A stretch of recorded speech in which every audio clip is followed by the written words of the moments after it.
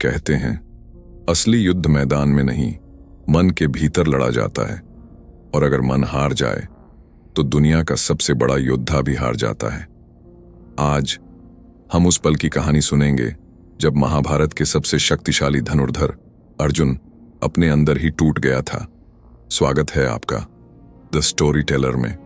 कुरुक्षेत्र का मैदान, इतनी शांति कभी नहीं थी जितनी उस सुबह थी। हवा में मिट्टी की सुगंध, धूप में चमकते हजारों रथ, लाखों सैनिक, लेकिन माहौल में अजीब सी बेचैनी। अर्जुन अपने रथ पर खड़े थे, गांडीव उनके हाथ में था, लेकिन दिल में तूफान था। सामने वो लोग खड़े थे जिनके साथ उन्होंने बचपन बिताया था। भीष्म, द्रोण, कृपाचार्य, कर्ण, हर चेहरा एक याद से जुड़ा हुआ। उस पल अर्जुन ने महसूस किया, मैं युद्ध जीत सकता हूं, लेकिन इन लोगों को कैसे हराऊं? यही उनके डर की पहली चिंगारी थी। अर्जुन गहरे विचारों में खो गया। उसने देखा, भीष्म पितामह, जो कभी उसे गोद में खिलाते थे, आज उसके शत्रु बनकर खड़े थे। द्रोणाचार्य, जिनसे तीर चलाना सीखा था, आज उनके सामने खड़े थे, लेकिन विरोध में। अर्जुन के मन की आवाज फूट पड़ी, कैसे मार दूं मैं उन लोगों को जिन्होंने मुझे बनाया है? वो आगे बढ़ा, लेकिन कदम भारी हो गए। गांडीव, जो कभी उनके हाथों का हिस्सा लगता था, अब अचानक भारी पड़ने लगा। अर्जुन ने देखा, ये मेरा युद्ध नहीं, ये मेरा परिवार है। उनकी सांसें तेज हो गईं, दिल धड़कने लगा, और फिर वही हुआ जिसका किसी ने विचार भी नहीं किया था। अर्जुन रथ में ही घुटनों के बल बैठ गया और कहा, मुझे युद्ध नहीं चाहिए।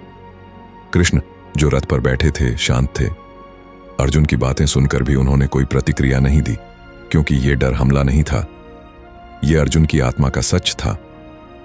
अर्जुन बोला, मधुसूदन, मैं इन सबको कैसे मार सकता हूं? मैं जीत भी गया तो खुशी किस बात की?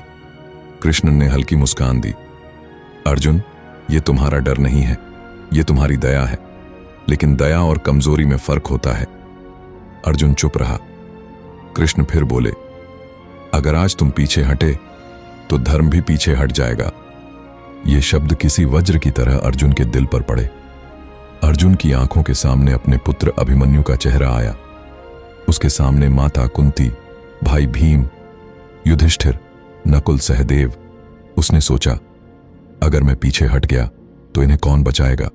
कौरवों के अन्याय को कौन रोकेगा? लेकिन उसी क्षण उसकी नजर दुर्योधन और कर्ण पर पड़ी और दिल फिर कांप गया। अर्जुन का मन दो हिस्सों में बंट गया था। एक योद्धा जो धर्म के लिए लड़ना चाहता था, और एक इंसान जो अपने ही लोगों की हत्या नहीं करना चाहता था। यही संघर्ष अर्जुन का सबसे बड़ा डर था। कहते हैं, जब महान योद्धा भी डरते हैं तो उनकी आत्मा झकझोर देती है। अर्जुन ने गांडीव नीचे रख दिया। रथ की जमीन पर गिरने की आवाज ऐसे गूंजी जैसे दुनिया का सबसे भारी हथियार गिर गया हो।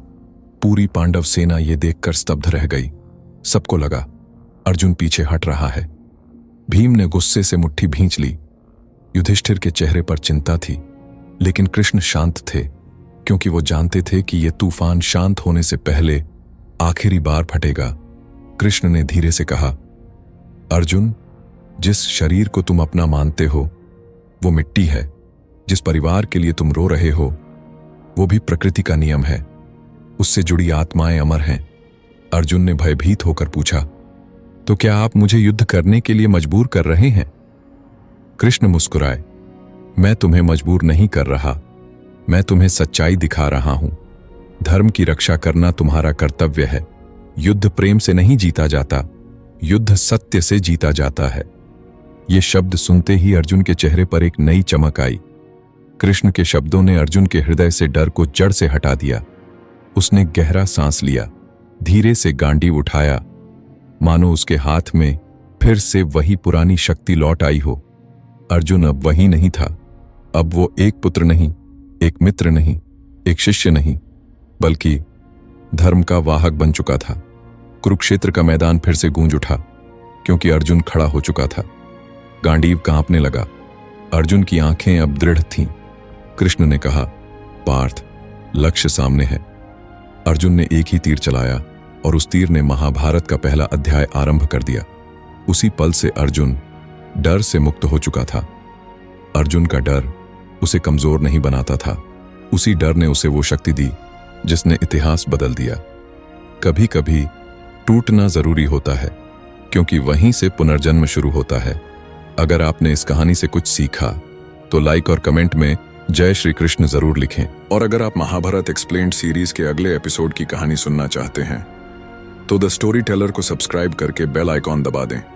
अगले एपिसोड में मिलते हैं, जहां युद्ध शुरू होता है और हर तीर एक कथा कहता है। द स्टोरी टेलर, जहां कहानियां जीवित होती हैं।